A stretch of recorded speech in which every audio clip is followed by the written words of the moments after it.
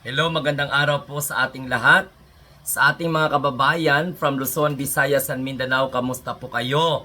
Sa bago po sa ating Munting Tinig channel, you are very much welcome and huwag kalimutan mag-like, share at saka subscribe, and please don't forget to click the notification bell para lalo kayong updated kapag tayo po ay mag-upload ng mga video at mag-live stream. Ngayong araw, oras natin alas 11:11 na po ng umaga, May 23, 2025. Pag-usapan natin itong mga bagong development tungkol po sa paglustay ni Sara Duterte ng kanyang confidential funds.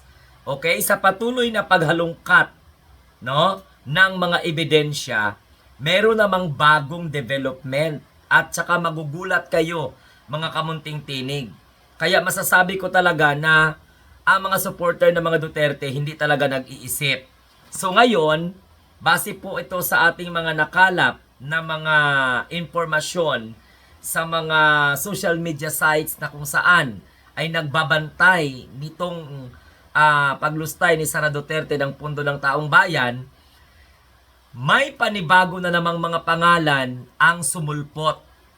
Kung halimbawa nangisay tayo doon sa mga naunang mga pangalan na lumabas na halos magkakapamilya ng mga piatos, kay mga chichirya, mga grocery, mga brand ng cellphone, ngayon naman, Santissima Trinidad, Patawara, okay?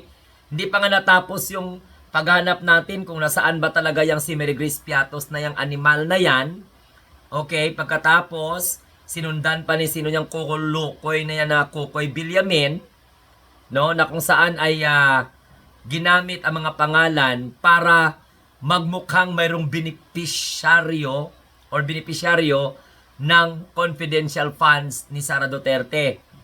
Ngayon na naman, mga kamunting tinig, nako, pati pangalan ng celebrity, nandoon na rin. Pati kapangalan ni Marian Rivera, nandoon na rin. Mayroon na namang mga pangalan na sumulpot. Si Hanilet, Camille C. Pinagdugtong yung Hanilet at saka si Camille. Tapos may si na apelyedo.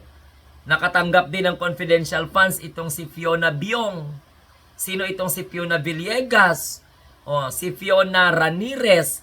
Iba-iba lang yung mga spelling ng mga pangalan nila. May si Fiona Bong, may si Fiona Villegas, may mga si Fiona Ramirez, pati ba naman si kamag-anak ni Ferdinand Magellan na si Ellen Magellan anandoon. Tapos si Erwin Ewan, Patawara Santissima. May apelyido ba na Iwan? May apelyido ba na Iwan? Ha? Ay, naku, ewan ko na lang talaga ito sa mga nag-prepare ng mga resibo ng confidential funds ni Sara Duterte. So, masaya kayo mga DDS kasi pati si Erwin Iwan nakasama pa doon na tumanggap ng confidential funds.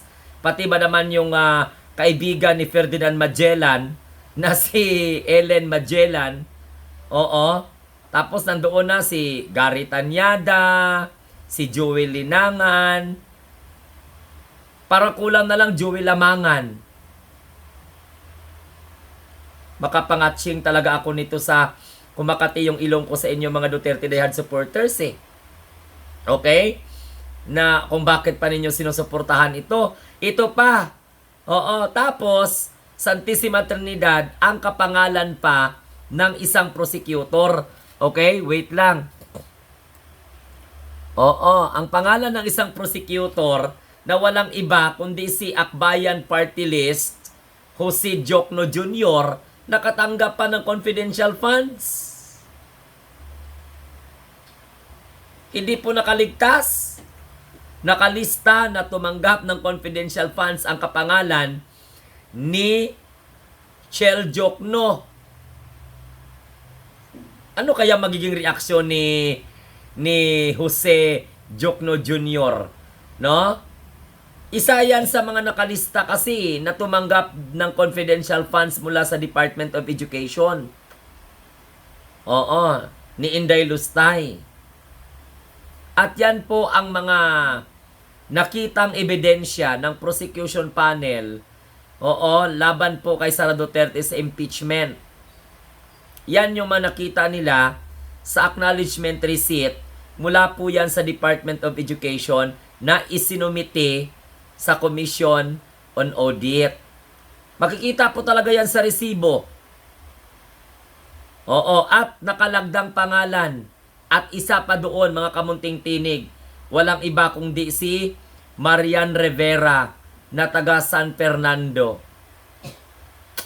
Grabe talaga ito. Wait lang ha. Di ko talaga maintindihan to kung paano to ididepensa.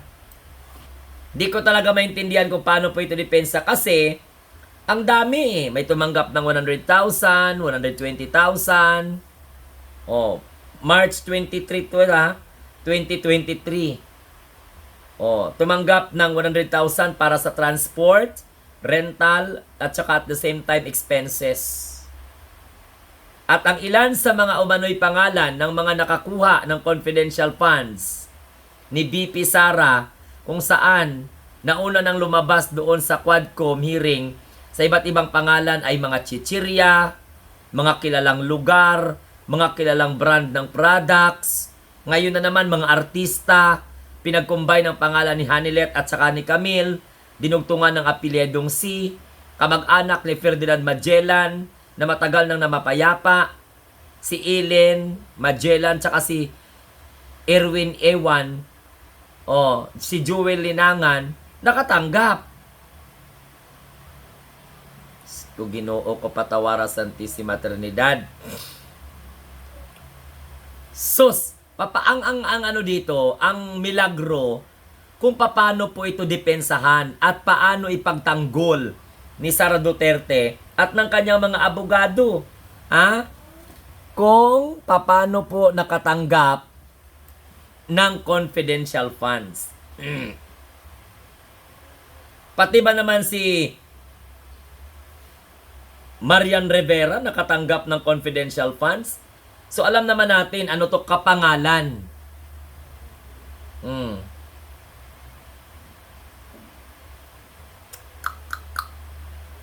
Hay nako, Santissima Trinidad. Ilan pa sa mga pangalan na lumitaw ay isang Jose Jokno Jr. na kapangalan ni Akbayan Representative Jose Manuel Chel Jokno. At 120,000 daw po ang kanyang natanggap.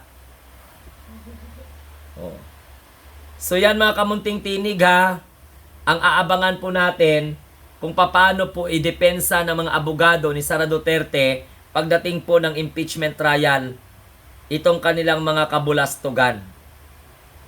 Ito ang talagang halos mamatay-matay ang mga Duterte Dayhan supporters sa kakadepensa. So ano ngayon? Depensahan nyo pa ba? Pati ba naman yung magiging prosecutor nakatanggap din ng confidential funds? Aabangan natin kung ano yung magiging reaction ni Chel Jokno dito at saka ni Marian Rivera, nakapangalan pa talaga na mismo. Nakatanggap ng 120, 100,000 respectively. At kaya nga 'di ba sabi ko nga, ang mga pangalan out of 700, 400 talaga doon mga fictitious name. Kilalang branded ng brand ng mga products, mga chichirya, parang sari-sari store, isang pamilya lang ng mga piatos. Kaya minumulat namin kayo, mga Duterte Dayhan supporters, kasi alam ninyo, kayo din ang kawawa. Dahil nagpapatuloy kayo sa pagpakabobo at pagpapakamangmang, at makapagpatayan talaga kayo para lang maipagtanggol si Sara Duterte, na ito very very clear. Ito yung kakaharapin ni Sara Duterte sa impeachment trial. At kayo naniniwala talaga na ang mga senador, magbabago talaga yung kanilang pananaw sapagkat papaano ito ididepensa. Halimbawa, ikaw, supporter ka ni Sara Duterte. Pagkatapos, hindi mo siya i-convict dito sa voluminous documents na to. Nanggaling mismo ito sa Department of Education na yan ang sinumiti nila sa Commission on Audit. Di ba? Yan ang kanilang mga ipinresenta para lamang po kuno mayroon silang documentary support. Oo, may mga supporting documents sila na ito yung pinagagastusan namin ng pondo. Mantakin mo, almost 50,000 renta lang ng warehouse or ng safe house. Ano yan? Ginto? Ha? Pagkatapos, fictitious name ang ginagamit dahil nakatago sa pangalan na confidential funds. Pagkatapos, hindi pa nasunod ang nakalagay sa Memorandum Circular number 15 sa kung paano po gastusin ang confidential funds. So, malversation of funds ang tawag doon. Kaya kayo, mga Duterte diehard supporters, huwag kayong magalit. Dahil ito, kapangalan ng artista, kapangalan ng kakaproklama lamang na party list representative, nakatanggap ng spy funds mula sa office ni Sara Duterte. So talagang talagang katawa-tawa.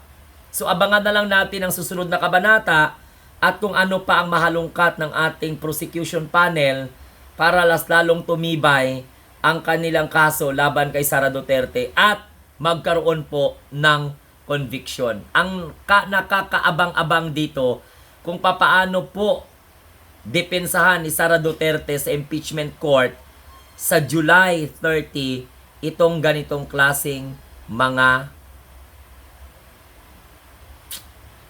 kabulastugan nila. Okay? So, kasi alam naman ng taong bayan no? Lumabas yan sa investigation. Hindi naman tayo gumagawa-gawa ng kwento. Marami po tayong mga tinatawag na mga sources of information. No? Hindi tayo pwedeng matulad sa mga Duterte diehard supporters. Tayo naka-base sa kung ano yung pinipresenta ng mga member ng House Prosecution Panel. Patunay na talagang may paglabag si Sara Duterte. No? At talagang mayroon pong article of impeachment na matibay. At naniniwala ako na talagang magkakaroon ng conviction in favor sa taong bayan. So hanggang sa muli, ito po ang inyong lingkod, ang munting tinig ng ordinaryong Pilipino nagsasabing, tayo po ay mga bagong Pilipino sa bagong Pilipinas.